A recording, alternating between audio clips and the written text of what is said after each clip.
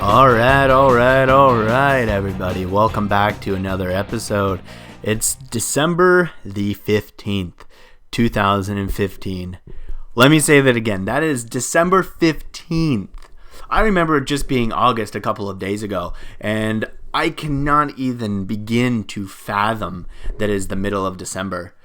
One of the main reasons is because it's actually really worrisome for myself, because that marks 10 days, which is less than 2 weeks away from Christmas Day, 9 days away from Christmas Eve, which is scary. It is scary for me because I haven't even started my Christmas shopping, nor have I even put any thought into it. I have about 14, 15 people that I have to shop for, and not one of them has an idea of what I should get them. I'm not completely given up hope yet, just because last year I was even worse, and I started my Christmas shopping on Christmas Eve of all times. I believe it was after work at around 7 o'clock, and I think if my memory serves me correct, stores actually closed early that night. I think it was around 8 o'clock, 9 o'clock, and I got it done, so I'm not worried yet. I hope all of you doing a little better than me. I know my girlfriend finished, I think hers was in October, so, I'm not like that. I'm a huge procrastinator, and that's one thing that really killed me in school was procrastination. One of my huge downsides to anything that I've done, especially with my YouTube channels. I'm a big procrastinator. I like to, go right up to that deadline and try to, get it in at the very last second, which it's a thrill, and, it's a little fine line to live on, but hey, what's a little risk? A little risk never hurt anybody, eh? Except a couple deaths here and there. But it is December, and where I am in Canada, it is ridiculously warm. I believe I don't know what you guys, I believe in America it's Fahrenheit, but in Canada, I'll just say Celsius. So today, I live near Toronto area, just shy of that. And it was 15 degrees out today. It actually climbed up to a staggering 18 degrees, and I believe that's a high 70 in Fahrenheit. I could be wrong, but I believe that's what it is. So it was pretty warm. December 15th, and I was actually driving down the street with my windows down, watching people go for runs with tank tops on, which is, really odd for Canada, because, we're known for, apparently riding in on polar bears and living in igloos and driving bobsleds and dog sleds. But no, we have Florida weather right now. And I'm not going to lie, it's pretty nice, but they're saying it's because of that El Nino. But I'm not complaining. I could go a year without snow, to be honest.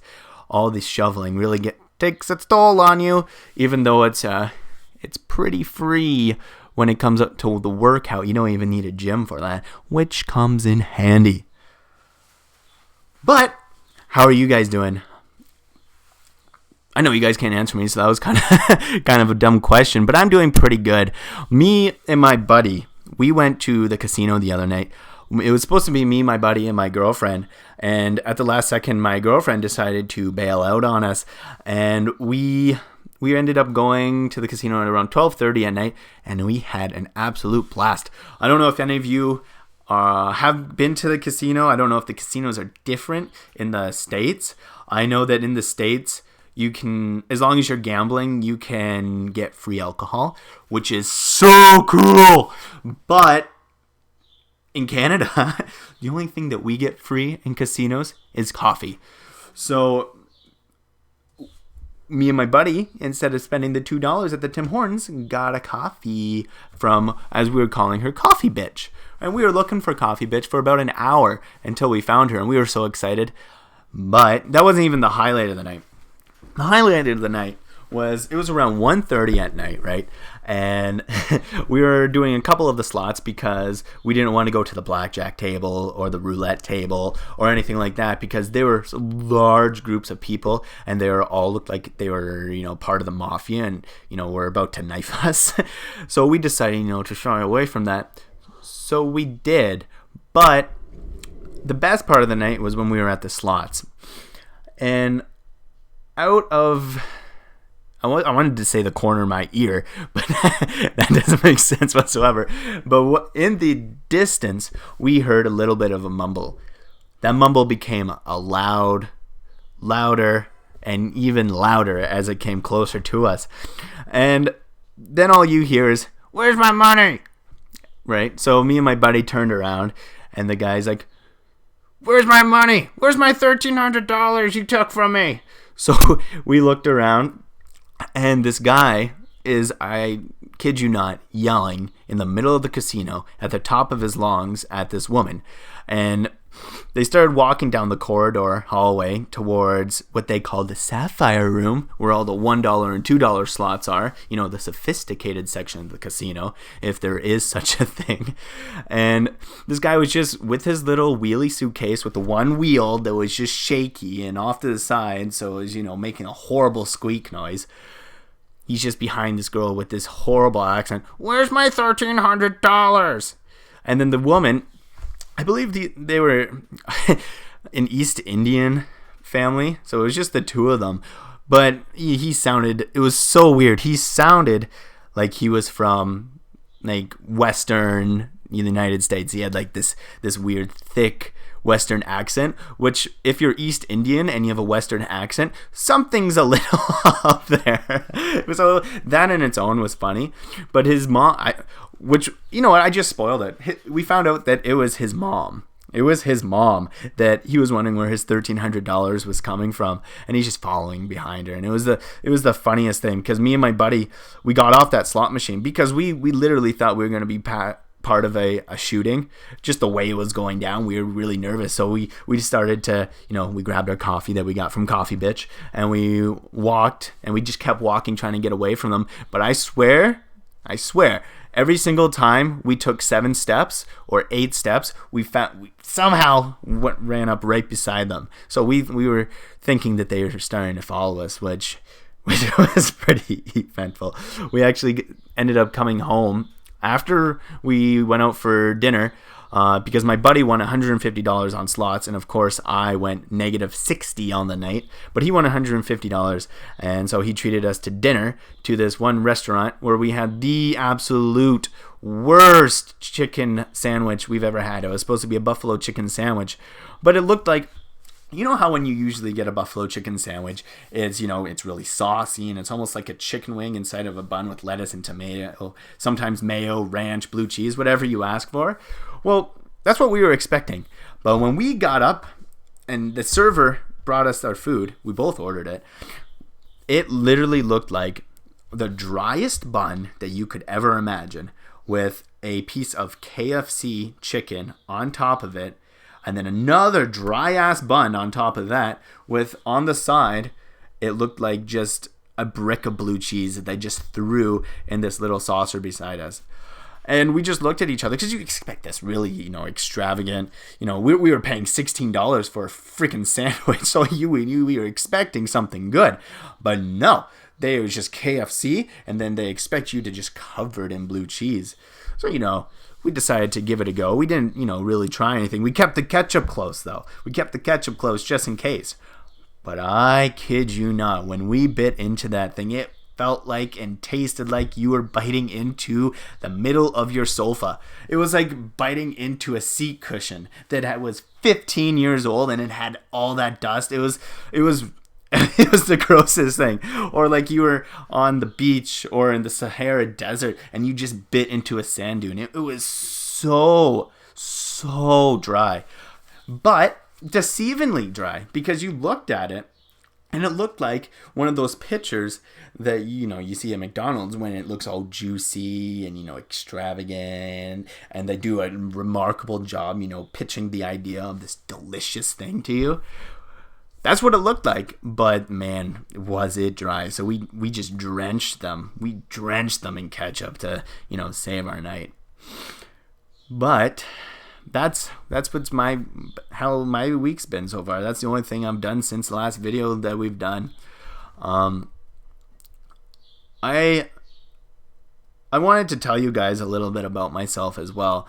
For those of you that followed me on the Austin channel, I did a lot of vlogs and gaming, and I often told you guys why I did the YouTube and why I started it and what my sole purpose was behind doing it. But I never told you guys my my life story or anything like that. I'm from Canada. I'm from Southern Ontario. If you guys know where Ontario is, it's one of the provinces in between Manitoba and Quebec. So I'm south of Toronto actually, and I lived here my whole life. When I was 3 years old, my biological father actually broke up with my mom. My mom, who had me when I was 16, then became a single mother at the age of 16. So I grew up with my great-grandma, my grandma, and my mom all taking care of me. So as a result, I had 3 women taking care of me. So you can only imagine what happens without a father figure in your life, right? I'll never forget the one thing that my mom would, I don't know why, but I was like 4 or 5 years old, and I would always come in to the bathroom, and she would call me in. And at that young age, she started off by telling me to wear a condom. I swear to God, I was 4 or 5 years old, and she would tell me to wear a condom. That's one of my few memories I have as a child. But I didn't actually meet my father until about, was it 18 and a half years later. I met him when I was around 20, 21. Which, if there's any of you that don't know your biological father, I recommend, just for the standpoint of you don't know until you try, right? I mean, that could go for a lot of things. Like, don't do drugs because you don't know, so try it. No, that's not what I'm saying. With your father, you can hear a lot of stories, and you can know a lot of things and have previous notions and ideas of what he could, or your mom that you don't know could be. But until you actually go out there and you put yourself out there yourself, you really don't know, right? So I went out and I met him. I actually went and had a beer with him, with my current girlfriend at the time. And the rest is history. We actually were really good, and it's awesome. I also, when I was 18 years old, I moved out of my house. I moved out of my parents' house, and I moved into my girlfriend's sister's basement, where I lived up until 2 years ago, where at the age of 22, I bought my first house, which is amazing because I never expected at this point in my life to own a house or a car, especially with the decisions I chose and moving out on my own. Because if I could, say anything to any of you, it would be stay at home as long as you can. You don't know what it's like until you move out and how good you have it.